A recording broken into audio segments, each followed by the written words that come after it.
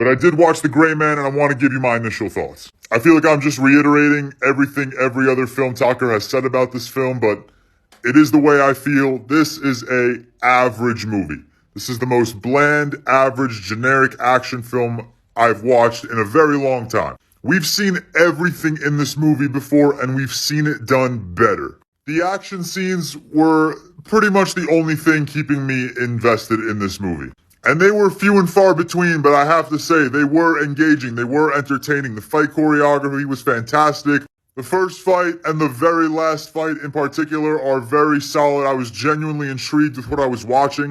Unfortunately, everything in between the fight scenes, I did not care about at all. The characters, the story, it went right over my head. I couldn't care less. Straw Hat Goofy said it the best. Everything about encryption keys and data leaks, blah, blah, blah. Who the fuck cares? To me, it's just lazy writing. It's lazy writing. This movie was filled with lazy, cringy dialogue. One line in particular, someone says, "If you hurt her, I'll annihilate you."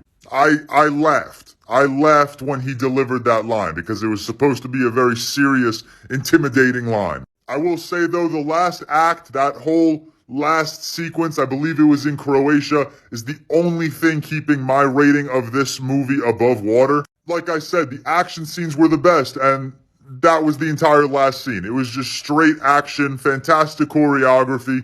There was one particular moment of emotion that it worked, kinda, I guess. Unfortunately, that moment of emotion had nothing building up towards it, so I didn't necessarily care for it, but for what it's worth, I thought it was decent. I think Ryan Gosling absolutely carried this film, and I hate to say it, but Chris Evans really didn't do it for me. I know he can play this smug piece of shit well, we've seen it in Knives Out, but his character was very underused in this movie, I thought. Same story with Ana De Armas. I thought she was wildly underused. I wish there was a little more development, a little more depth to her character.